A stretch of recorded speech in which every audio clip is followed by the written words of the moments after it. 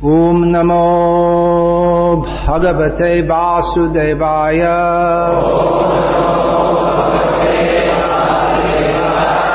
Om Namo Bhagavate Vasudevaya.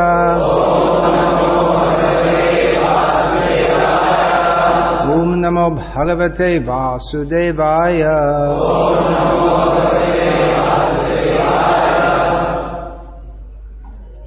Srimad Bhagavatam, Canto 3, Chapter 30, Text 3, Translation and Commentary by His Divine Grace Sri Bhakti-Vedanta Swami Prabhupada. Translation.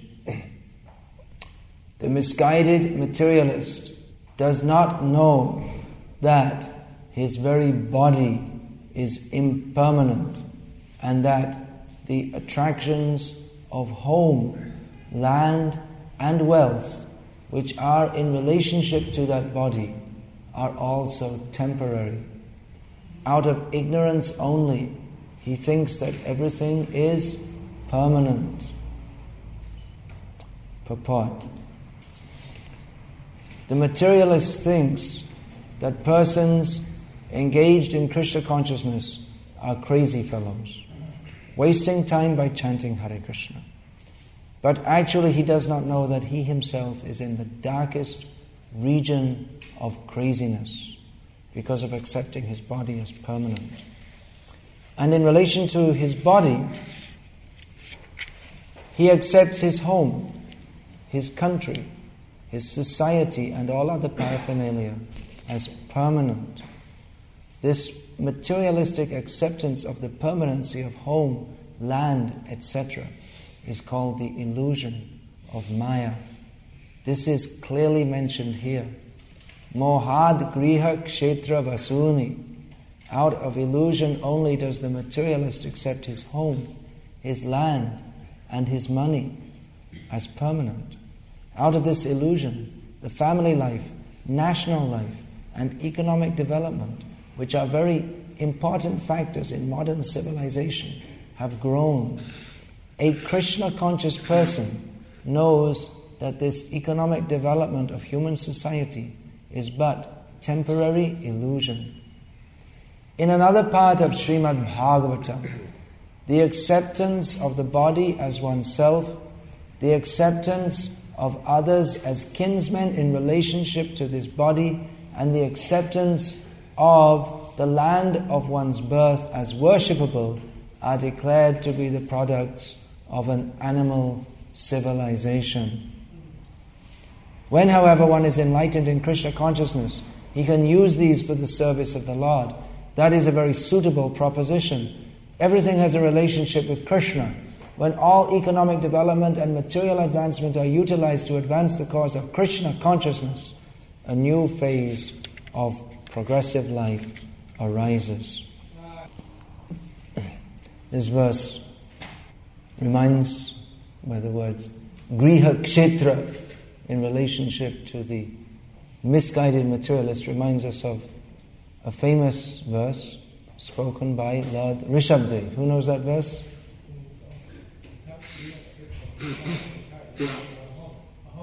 Well, I didn't hear it all, but I'm sure it's all there. That the attraction between male and female is the basic principle of material existence.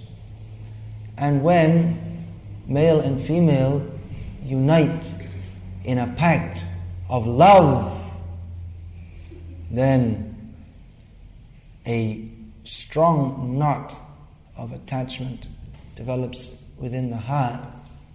And that attachment is not only mutually for each other's bodies, but that expands to attachment to one's home, one's property or one's land of birth. Ato griha kshetra, suta sons, suta daughters, apta, this relatives, and vitta, which is here said as vasuni, wealth, money. And in this way, the misguided here, durmatihi. Elsewhere Prabhupada translates this as rascal. Here he translates as a misguided person. Mati means consciousness or way of thinking. Durmatihi, a very bad way of thinking. So in this way, the durmati, he becomes caught up in thinking in terms of I, me, and mine, which naturally leads him into competition with all the other durmatis, who are also thinking in terms of I, me, and mine. And they're thinking, this is mine. No, this is mine. It belongs to me. And in this way, they squabble over that which is not theirs. We find in the Bhagavad-gita of Bhagavatam, the 12th canto, that the earth, deity, laughs at the foolish materialists who think they have conquered me. They're fighting. One king will fight with another king and think, I have conquered him. Now I own this land. But they don't own anything. They come, they dance and prance a little bit and think, I am controlling, and they go. Dust thou art, and unto dust thou shalt return. They're thinking of themselves in terms of the body, and they're thinking that this body that is me, I am controlling the earth. The earth laughs, because she is there before, she is there after. Their body is formed from the earth, and it goes back to the earth. So in this way they're foolishly thinking, I am enjoying myself here. I'm very happy here. But actually, they are durmatihi, rascals. Now, why should they be called rascal? It seems a very strong term. Why? What's so wrong with it? I mean, it's just normal, right? Everyone's like that. But that is the situation of this material world. What we call, what is considered normal, is actually rascaldom, because everyone in this material world is a rascal. That's why we're here. It's the place for all the rascals, because we are inimical towards the service of Krishna. Krishna bahimokoya bhogavancha kore nikatastha mayatare japatiya dhare. Becoming inimical to Krishna. We desire sense enjoyment. Instead of recognizing that Krishna is the enjoyer, we think, I am the enjoyer. And then Maya catches us very tight. Now, part of the job description of being an enjoyer in this material world is, or actually the whole of the job description is to imitate God. So we see that sometimes people, they become philanthropists, or at least they want to look after their family. In this way, they're not selfish, but they're thinking to do good to others. Altruists, philanthropists. But actually this is also rascaldom. Feeding the poor, save the whale, it's all rascaldom. Why? Because the mood is that I am helping others, imitating God, but they don't know how to help. Save the whale, save yourself, sir. Chant Hare Krishna. How are you going to save anyone? What can you save? You're only thinking of saving the body. Save earth now, so that we can all live here together happily for sense gratification. Very nicely. We'll all be nice to each other. How to win friends and influence people and all the... How to be nice to each... We'll all be very nice to each other and we'll all nicely forget Krishna and live happily in this material world. So even the so-called niceness in this material world, it's all durmatihi, it's all rascaldom, because it's all a plot, a conspiracy to forget Krishna. Sometimes devotees become enamored by conspiracy theories. It's the Jews, not the Czechs. They're all conspiring to cheat us all. Or it's the Freemasons. They're just around the corner. It's all a plot. They're all sitting behind closed doors, plotting how to exploit us all. Maybe they are. But they're also exploited. They're also in illusion. They're also suffering in different... Probably there is someone, who knows? Probably there is some group conspiring to cheat us all, but so what? They're also cheated by Maya. And if you kick them out and we think, now someone else will come. It's the whole history of the world. That politicians, especially in Kali Yuga, previously politician meant the representative of God. Naranam chat naradipam, Krishna says in Bhagavad-gita. Among men, I am the monarch. So a monarch meant he's supposed to see, to lead the world, that he has his own griha, kshetra, sutta, sutta, apta, vita. He has all these things. He has his own palace, not a little hut. The king lives in a palace. He has his own land, not just a little cabbage patch out the back, but the whole country belongs to him. Griha, sutta, he has his children, maybe many children, because Kshatriyas, they have many wives and may have many children, and they have relatives and lots of money. But the kings, the saintly kings, they showed the example how to live in Krishna consciousness, that they're not attached. So this is the difference between material life and Krishna consciousness. It may seem the same thing. This purport would give relief to Amal Bhakta Prabhu. Yesterday he was a little upset. There was only one side, but today we have in the purport how all these things, just exactly what he was saying actually, all these things, if used in Krishna's service, that's very good. So, materialist and a devotee, it may seem like the same. Bhaktivinoda Thakur, famous Vaishnava Acharya, he was living with his griha, kshetra, sutta, apta, vita, all these things, but he lived only for the sake of serving Krishna. Manasa deha geho, jo kichuma, apilin tua pade nanda kisha. This was his attitude, that everything I have, even beginning with the mind, savai mana Krishna padara vindayo. First the mind should be offered at the lotus feet of Krishna. And then my mind, my consciousness, it's all, everything meant for you, Krishna. So my home and manasa, deha, my body, everything is only meant for your service. I've offered it to you. It's not just like we offer Ganga to Ganga. How to worship Krishna? We can only worship Krishna with what He has given us. We don't own anything.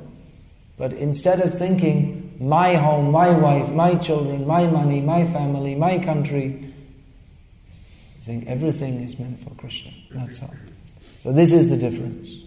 It may appear that a materialistic householder and a Krishna conscious householder are the same, but there's a great difference. The difference is that the materialistic householder thinks that he is the enjoyer of his griha, kshetra, sutta, apta, vita, but the devotee offers everything to the service of Krishna. So the materialist may think, well, I'm very good. I'm a good, responsible man. I'm looking after my family. This is very good. So, it's good. It's better to be a responsible man looking after your family than a debauch who sows its seeds everywhere but doesn't look after the fruits that come afterwards. So that's better. But without Krishna consciousness, it's also sinful. About 2 years ago, at one of our centers in Gujarat, for the first time, in recent history anyway, they held a public drama, and they invited all the respectable people of the town to come. So they all came. It was a nice social event. They invited all the important people came, dressed with very nice dhotis and saris, and ladies wearing their jewelry. So it was a very nice social event. So they did the drama, the story of Ajamil. And before doing so, before showing the Shastric story of Ajamil, the story of Mr. Patel, who's... there are many Patels in that area. Not only... Well, they're all over there. There must be many Patels around Los Angeles too. Wherever there's money, there's Patels. So... But they're from that particular area. So it's the capital of Patelism. So they show the story of Mr. Patel, and he comes down for breakfast in the morning, and see his children comes and he pats them on the head, and then he goes off to work, and he's a very nice household. He loves his children very much. And then you see a scene of him sitting like this, saying, "There's no need for me to do bhakti. I look after my children very nicely. I do my duty very nicely. I'm a good man. Merely a bhakti karna ka koi zarut nahi hai. There's no need for me to do bhakti." Then he has a heart attack. And some very nasty looking fellows appear on the stage, the Yamadutas, and drag him off and say, Why me? I didn't do anything wrong. I lived a good life. I looked after my family. So it really shocked the local people. But afterwards they're thinking, well, that was just like me. He was just like me, you know. He's a nice man and he does his job. He goes to work. Of course, I don't need to do bhakti, but I don't really do that much myself either. So, well, that happened to me also. Yes, it will happen to you also. If you don't recognize Krishna, is what all the nice people, it's not only the bad people, but all the nice people, all the good people, they all are waiting for an appointment with Yamaraj. And the consequences are not very nice. However nicely we may live our lives, if we're not Krishna conscious, the result will not be nice. The result is, as described here, description of adverse fruitive activities. So we may think that, what did we do wrong? What we did wrong, we didn't recognize Krishna. And this is everything that's wrong in the material world. What's wrong with the world? It's not that the problem in the world is not Bush, and the problem in future is not going to be Kerry if he comes in. It's not the real. It's just a symptom of the problem. The problem is not the Bin Laden. He's not the problem either. The problem is not the conspiracy, the Jews behind the locked doors conspiring how to cheat us all. Problems, but the real problem is every one of us. The real problem is that we're envious of Krishna. We don't like to serve Krishna. So all other problems come from that. We are the problem. Who is the devotee? He must have been in Los Angeles. Had the golden avatar. They made all the tapes of Prabhupada's. Who gave the titles for the lectures? They listened to the lectures and they gave them great titles, whoever chose them. Krishna Kanti also. So one of them was, the title to Prabhupada's lecture they gave, Protest Against Degradation, Your Own. There must have been some protest that was going on against some degradation or something. But we are degraded. We may think, I am very good, but if we don't recognize Krishna is the proprietor of everything, then we are criminals. Even we may think that we're good criminals. We're not the kind of criminals who go and smash windows and vote Democrat and all that kind of thing. But we're good criminals. But if we're not, we don't understand, we don't recognize that we are the eternal servants of Krishna, then we are criminals. And this is what happens. It happens to everyone who is not Krishna conscious. This description of adverse fruitive activities, if we don't believe the Srimad Bhagavatam, we'll find out by practical experience. It happens when brahmacharis get married, it happens to them. That they say, oh, it's really true what it says in the Bhagavatam about household life. Well, you didn't believe it, now you can find out for yourself. So it's the same. If we don't believe the Bhagavatam, we'll have a personal demonstration of how the Bhagavatam is true, arranged by Yamaraj. So this is horrible. It's shocking, but we should accept. This is the fact. Now, that may shock us. If we're intelligent enough, that may shock us into being serious about Krishna consciousness. We have a certain type of preacher who says that get yourself bathed in the blood of Jesus, otherwise burn in hell forever. Of course, it's not very scientific description of Krishna Katha or Bhagavat Tattva Vijnana, scientific knowledge of the personality of Godhead. As Bhaktivinoda Thakur, he gave a brief description of Christianity and said that no intelligent person can believe this. So this idea that God, our all-loving Father, if we don't wash ourselves in His blood, then we burn in hell forever, because He's so all-merciful. So, at about the age of 10, I realized this is nonsense. By the grace of my Catholic upbringing, around the age of 10, I became an atheist, because I thought, if that's God, then I think I'd rather go to hell anyway, because why do you want to see? Why do I live with such a person? It's so nasty that he burns you in hell forever. So actually the Bhagavad description that is more acceptable or reasonable, that God, He gives some reformatory punishment, but at the same time He gives us another chance. My own Father, He punishes me for what I do wrong, but He gives me another chance, and He's always ready to give another chance because He's my Father and He loves me. So with this understanding, we can be cautious not to tread the path of sinful activities. That is one way to see these descriptions. Another way is that, or a more advanced approach to this knowledge which we receive in Srimad Bhagavatam of the suffering of conditioned souls, is that we have this knowledge. By the grace of Srila Prabhupada, we're able to apply this in our lives. But what about all those who don't have this knowledge?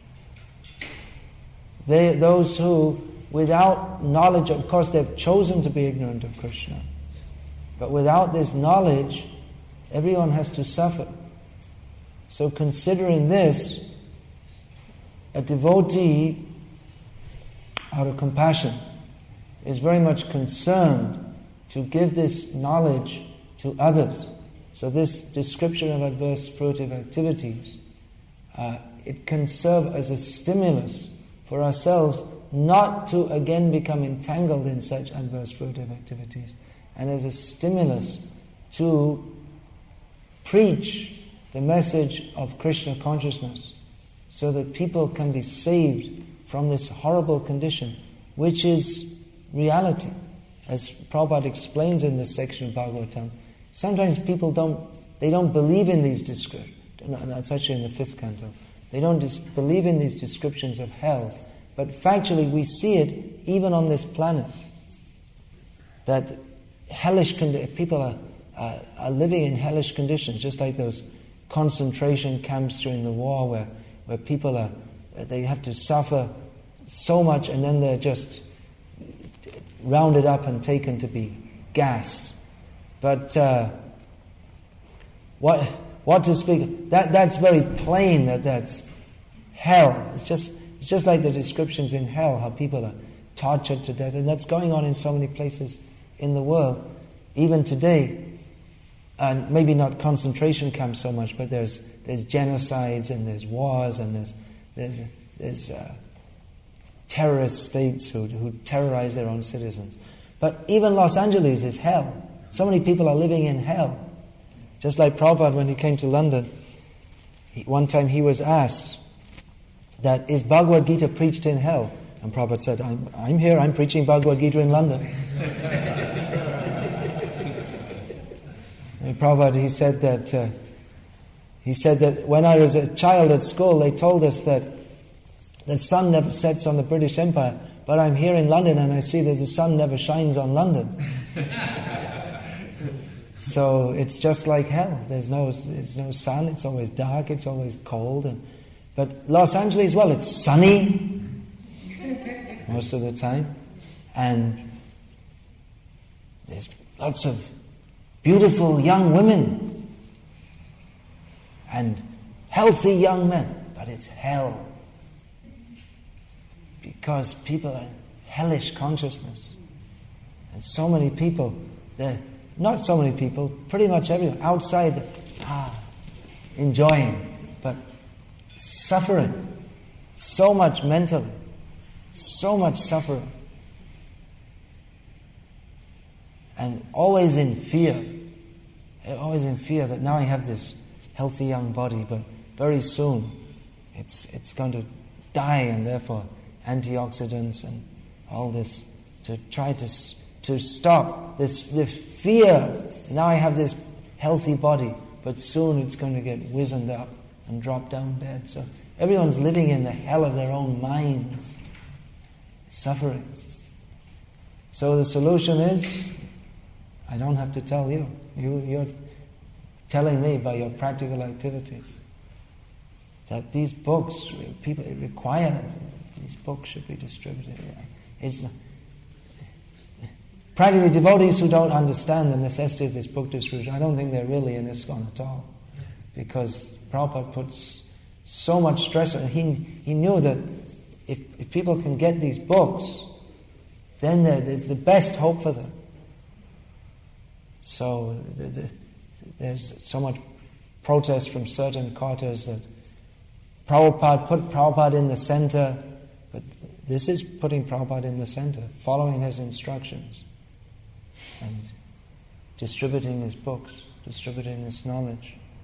So all these programs have to go on. This is Prabhupada's program, and it works.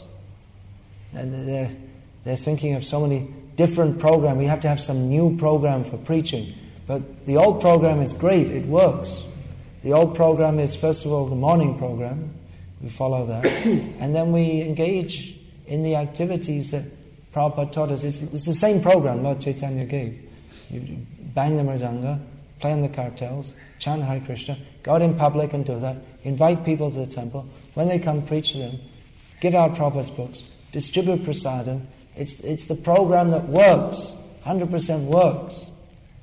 We don't need other, of course there may be other programs. BI, very important program. So many programs Prabhupada gave. We're thinking of so many new programs, but what about following the programs that Prabhupada gave? If we follow that, then definitely the Krishna consciousness movement will be vibrant and successful and will spread, because Prabhupada gave us the perfect program for ourselves going back to Godhead and making the whole world Krishna conscious. So I won't speak anymore because we have a time limit here and you all have your important activities to do for spreading Krishna consciousness. Hare Krishna. All glories to Srila Prabhupada. Any question? Time for one question? Yeah. Hare Krishna, thanks again for a very wonderful lecture. Just to support the last point you made about following the programs that Prabhupada gave. I'm not trying to pick on any one individual, but there is someone who, when recently asked how to increase book distribution, he said, why don't you use advertising? And then somebody unearthed in the database a letter where a person said that same thing. Prabhupada said, use advertising. Prabhupada said, no, go on and distribute the book. So, well, he said he said there's no need for advertisement. The books themselves are the advertisement. I remember I was told once, Hans Aduta, he was in Germany, he was thinking of new ways to distribute books, and he went to some sales agency, and they asked, well, maybe we want to learn some techniques from you, and they were astonished. They said, you want to learn some techniques from you? We are learning our techniques from you. The sales agency. And that must have happened many times. It happened to you? Must have so many times. That people, they offer you a job on the spot. They say, hey, you're great at sales. Why don't you come and work for me? Hare Krishna. Hare Krishna. Janmashtami's coming, big festival. Two big festivals, right? Janmashtami and Rath Yatra. Big public festivals. You have all the big people of the city there. You invite. In India we do that. We invite like the local MP. That's like what's the equivalent of MP in America? Member of Parliament. Member of Parliament. Member of Parliament. What's the equivalent? Something like a senator or something like that. And often like the state governor. You can invite all the big people and they come and let them give a 5-minute speech. They'll talk nonsense, but you know, they have if they have an opportunity, they know many people are coming and they have an opportunity to speak because they're politicians. They'll take it. They'll turn up with all their retinue, and it really adds a lot of prestige in the public's mind to this. So I guess it's a little late to invite Arnold. His programs are already made up, but maybe Rath Yatra. Hare Krishna.